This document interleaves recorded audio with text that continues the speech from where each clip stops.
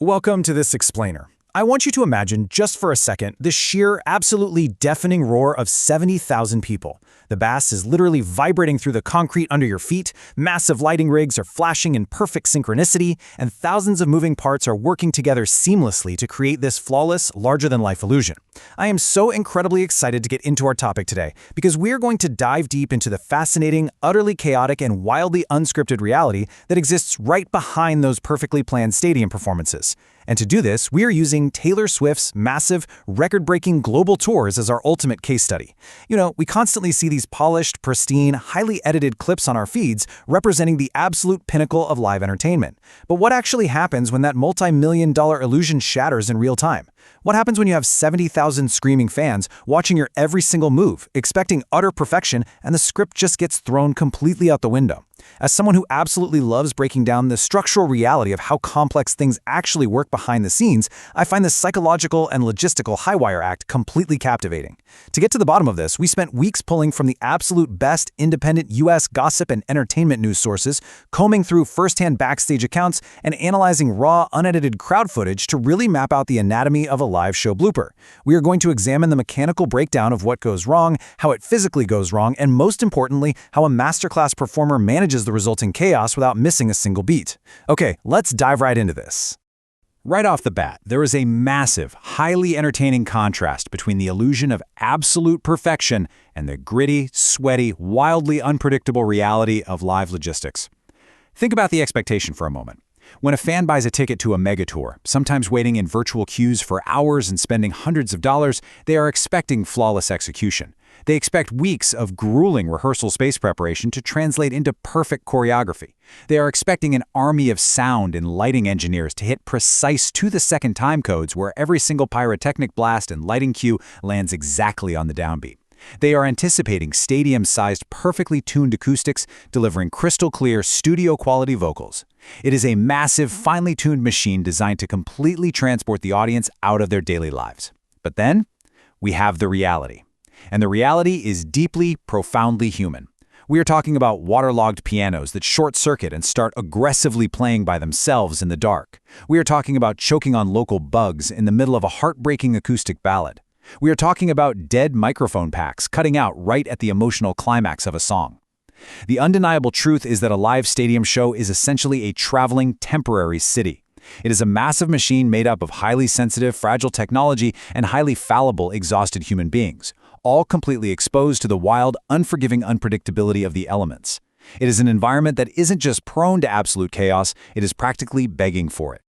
So, to really understand how a massive tour functions under pressure, we are going to break down these inevitable mishaps into 4 distinct categories today.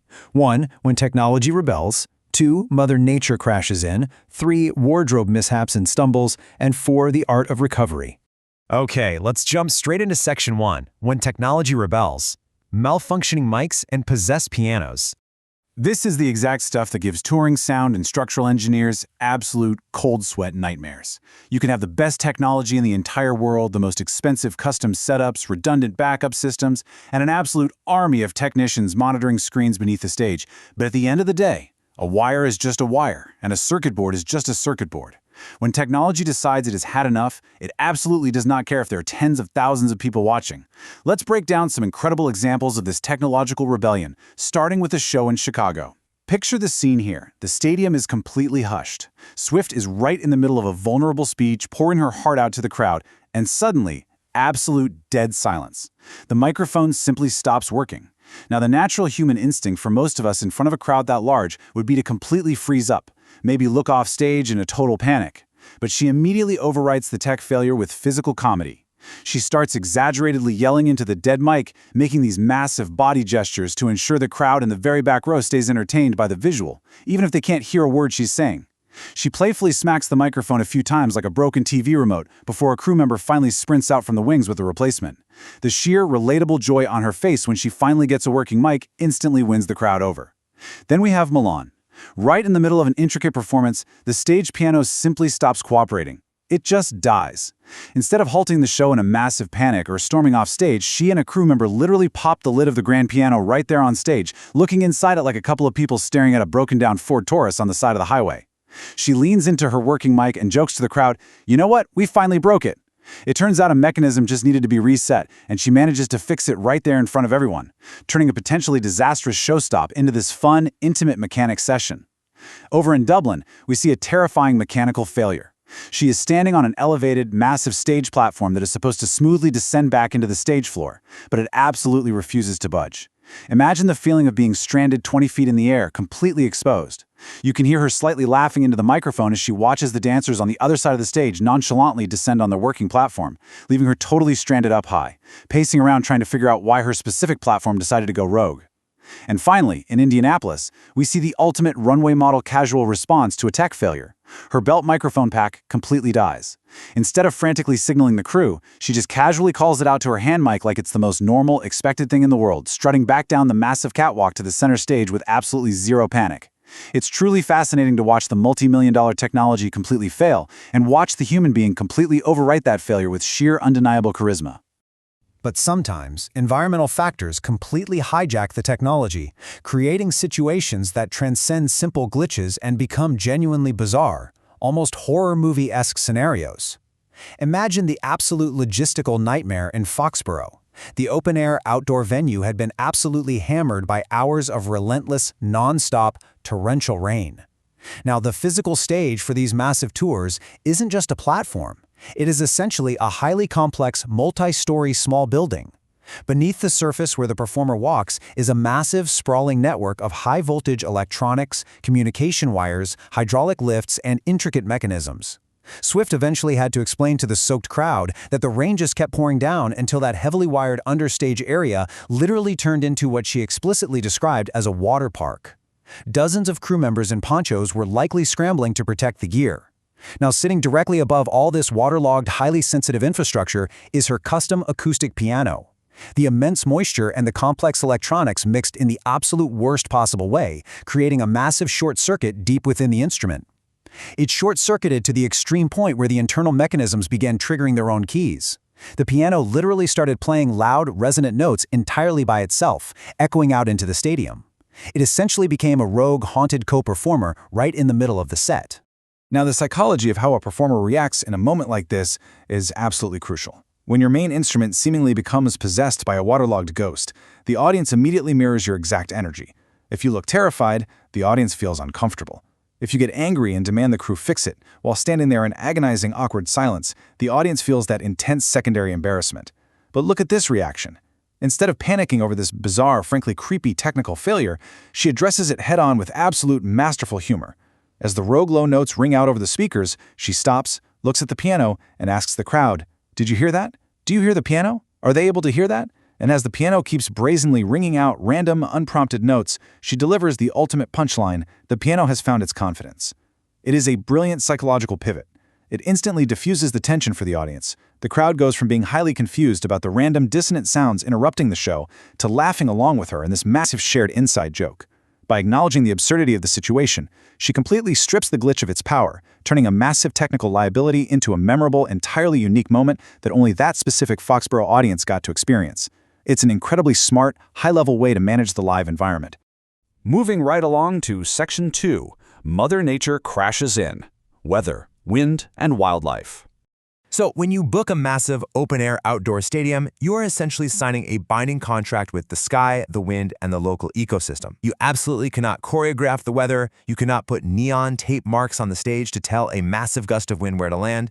Independent U.S. entertainment reports have consistently captured how this sheer unpredictability provides some of the most hilariously chaotic, humbling moments in live entertainment. Artists are entirely at the mercy of the elements, and it goes far beyond just a little bit of rain. Let's talk about the wind, for example. There are moments where everything seems perfectly fine, the choreography is flowing, there is nothing to worry about, and then a spontaneous, massive gust of wind decides to aggressively participate in the show. It creates this huge, completely unexpected Marilyn Monroe-style moment, blowing the outfit entirely out of place. She laughs it off while desperately holding her dress down, but you can tell it's one of those deeply embarrassing, entirely uncontrollable situations that you just have to power through. And then there's the absolute nightmare of local wildlife. Yes, the bugs. During one particular outdoor show, Swift is seated at the piano right in the middle of an incredibly emotional, vulnerable speech, setting up a heartbreaking ballad. The crowd is totally silent, hanging on every single emotional word, and suddenly, a local bug flies straight into her mouth. She accidentally chokes on it. She tries to hide it for a split second, politely turning away from the mic, coughing, and then realizing she has to address it.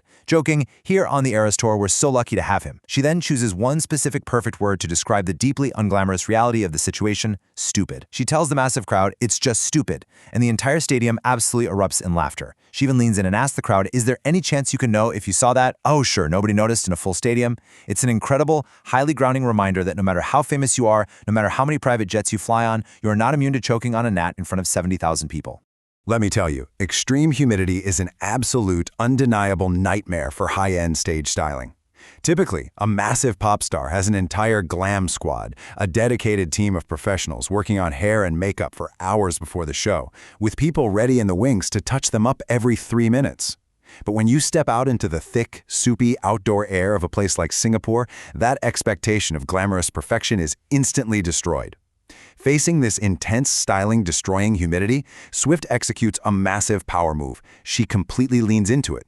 Instead of running off stage to let a stylist frantically attack her with hairspray, she lets her hair start expanding. It takes on its own complete agenda, curling and frizzing wildly, and she effortlessly points out the physics of it to the massive crowd. She jokes, "As you can see, my hair has returned to its factory settings." She explicitly tells them, "I'm not complaining, I like it." In another show with similarly brutal, suffocating humidity, she physically points to her expanding hair and says, "That is not a hairstyle, that is physics." She has absolutely no idea what her hair is doing on top of her head, but by pointing it out, mocking her own vanity, and making it a shared joke with the sweaty audience, she completely abandons the expectation of pop star perfection. She turns a vanity nightmare into a deeply relatable, authentic moment for the fans who are standing in that exact same humidity. All right, Section 3. Wardrobe mishaps and stumbles. Human error on a massive stage. So we've talked about the multi-million-dollar tech failing, and we've talked about the weather ruining the best-laid plans. But what about the humans? A stadium show of this magnitude requires dozens of lightning-fast quick changes, thousands of intricate steps of choreography, and split-second timing from dozens of people on stage. When human beings are moving that fast, often in the pitch dark under a massive stage, mistakes aren't just possible, they are absolutely guaranteed. The independent U.S. gossip columns actually quickly picked up on the fact that these human errors provide some of the best unscripted entertainment of the entire night. Let's look at the sheer variety of these human errors. During the intense blank space section of her tour, she has this choreographed aggressive move where she swings a glowing neon golf club. It's supposed to be a simple, highly rehearsed move. Swing it violently and smoothly place it behind her shoulders. But in one instance, her spatial awareness glitches and she actually cracks herself right in the body with it. She completely breaks character for a split second, wincing and grimacing at the sheer physical comedy of hitting herself.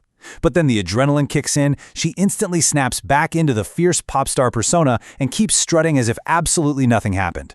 Then there are the terrifying musical brain fades. During a delicate acoustic set where it is literally just her and a guitar, the most exposed, vulnerable part of the massive show, she starts singing and immediately realizes something is terribly wrong. In front of 70,000 people, she had started the song in the completely wrong key. She abruptly stops playing, tells the crowd, "Oh wait, this isn't the wrong key, sorry 1 second," recalibrates her brain, fixes it in a second, and the crowd's cheers actually get significantly louder. She hits a wrong note on the guitar at another show, catches it instantly, completely fails to keep a straight face, and just laughs her way through the chord progression. And of course, no matter how much you rehearse, gravity always wins. During the Reputation Stadium tour, she is coming down from an elevated platform escorted by a backup dancer. The dancer goes into a sweeping physical move without realizing exactly how close his feet are to hers, and down she goes. She tripped right over his leg, taking a hard tumble to the stage floor. In another famous instance from an earlier tour, she gets so incredibly hyped up coming down a set of tall stairs that she practically throws a stage sofa out of the way, bounds down the steep steps too fast, and completely eats it, falling right onto her knees in front of hundreds of people in the absolute front row. Think about the sheer adrenaline rush of that moment. But every single time, she instantly pops right back up, shakes it off, and hits the very next mark. Now, the logistics of a stadium tour quick change are pure, unfiltered chaos. Paint the picture in your mind. You have roughly 45 seconds to run off stage, dive under the floorboards into absolute pitch blackness. Crew members have flashlights in their teeth. Zippers are flying, you are ripping off one heavy, sweat-soaked outfit and shoving your arms into another, all while an elevator platform is actively rising to push you back out in front of the crowd. It is sheer panic. At multiple different shows, Swift has been raised onto the stage, stepped out into the blinding spotlights mid-speech, only to realize her outfit was completely, fundamentally messed up. She had somehow managed to put a complex, cold-shoulder dress on entirely backwards, with the designated arm sleeve trapped completely under her armpit. Now, instead of trying to subtly fix it while pretending it wasn't happening, she explicitly breaks the fourth wall to explain the chaotic, messy reality of the backstage area to the massive audience. She loudly announces into the mic, "I put this on wrong, so we are changing clothes in the dark. You know, you're not going to get it right." And she's absolutely right. Her excuse makes complete, undeniable logical sense. She is literally changing in pitch black under a massive metal structure in a matter of seconds. And the best part? Independent reports confirm it happened again at a different show with a totally different color of the exact same dress style. She steps out, realizes it's stuck again, and tries to play it off, telling the laughing crowd, "Don't look at them, don't look at them, it's perfect," as she desperately tries to yank the fabric into the correct position while walking down the catwalk. But sometimes, the absolute biggest human error isn't a slip or mistake, it's a heavily rehearsed, planned stunt that the human brain suddenly realizes, right in the final crucial moment, is a genuinely terrible idea. This takes us away from the stadium tours for a moment to the 2014 MTV VMAs. This is live television. There are millions of people watching at home. The entire industry is in the room. It is entirely unforgiving. She is performing Shake It Off, and the plan, the heavily rehearsed, meticulously blocked choreography, is for her to climb up and stand on top of a giant towering 1989 sign and blindly jump backward off of it into the waiting arms of her male dancers far below. That is the VMA plan. But the reality was completely unscripted and entirely human. She gets up to the top of the sign, looks down at the massive drop, and her basic, primitive survival instincts forcefully kick in. She literally commands the band to stop the music. She flat out refuses to jump. Isolated audio feeds from the broadcast actually picked up her saying, "I don't care if it's a VMA, I'm not jumping off that." I mean, think about the sheer self-awareness and confidence it takes to stop a live award show performance because you feel unsafe. So what does she do? She calmly turns around, holding her microphone, and just walks down the side stairs instead. And just like that, the music kicks back in, the dancers adjust, and the live performance continues exactly as if she was always supposed to just casually walk down the stairs. It is a brilliant, fascinating example of recognizing a bad plan in the heat of the moment and having the absolute confidence to just say no on live global television. Which brings us to our final section, Section 4, the art of recovery and why the show never stops. This is where we separate the amateurs from the absolute, undeniable legends. We have seen all the chaotic ways a massive show can derail: dead mics, waterlogged instruments, gale force winds, choking on bugs, starting in the wrong keys, and literally falling downstairs. But the most vital part of this entire analysis is what happens in the 3 highly pressurized seconds after the blooper occurs. It brings up an incredible, almost terrifying question of performance psychology. Seriously, I want you to think about it. Put yourself in those boots for just a second. What would your heart rate be in that exact moment? How do you perform for 70,000 people when your body or your trusted instruments suddenly violently rebel against you? Most of us would crumble, sweat through our shirts, and panic if we simply dropped our index cards during a PowerPoint presentation to 5 bored coworkers in a conference room.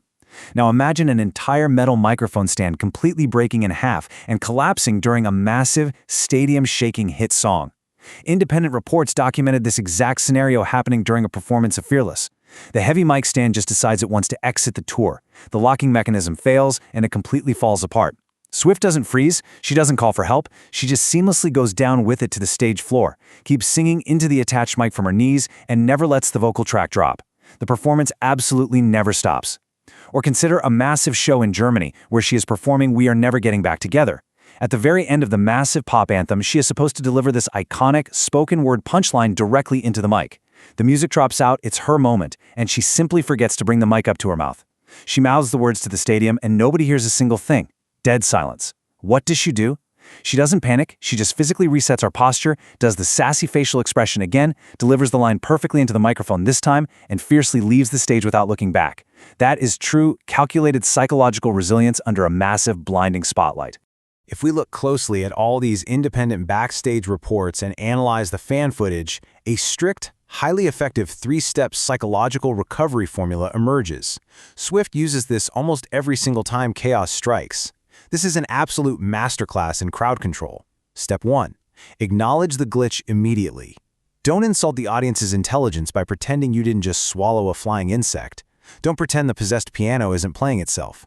The massive crowd has eyes and ears. If you ignore a glaring issue, it creates a highly awkward, deeply uncomfortable tension in the stadium. You have to point at the elephant in the room. Step 2. Deliver a self-deprecating joke. Tell the 70,000 people staring at you that your frizzy hair is returning to its factory settings. Loudly announce that you put your complex designer dress on completely backwards in the dark. By immediately making herself the butt of the joke, she disarms the entire situation. She removes the embarrassment by claiming it first. And finally, step 3. Keep the performance moving. Once the joke is made, the awkward tension is instantly shattered, the crowd is laughing with you, and the massive show must resume instantly.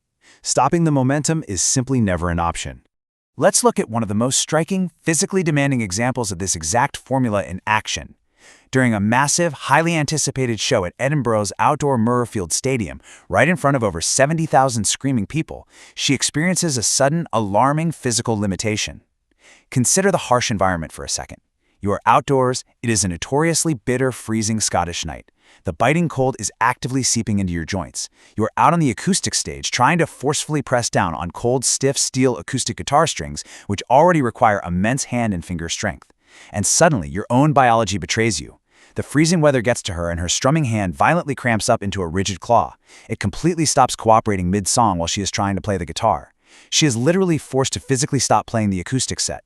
This is a terrifying nightmare scenario, your physical body failing you while tens of thousands of people stare at you in absolute silence, waiting for the next chord. But what does she do? She executes the formula.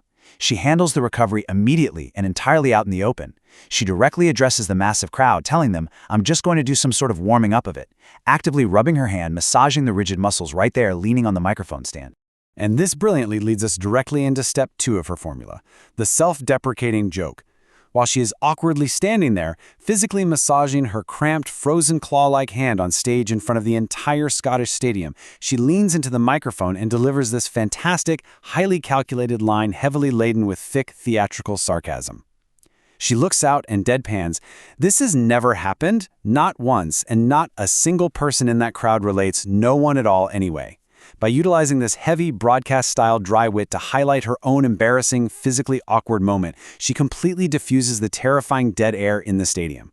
She actively turns what could have been a massive performance-halting, genuinely concerning medical cramp into a highly memorable, deeply endearing interaction with the freezing crowd. She makes them feel like they are just hanging out in a living room while her hand cramps up.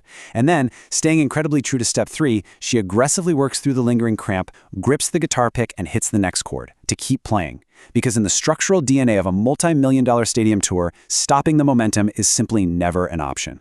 Handling these deeply imperfect, wildly chaotic moments with grace, quick-witted humor, and that absolute runway model calmness we saw in Indianapolis when her mic pack completely died is exactly what separates a functionally good performer from an undeniable, masterful one. Let's be honest, it is relatively easy to look amazing when everything goes exactly according to the multi-million-dollar plan.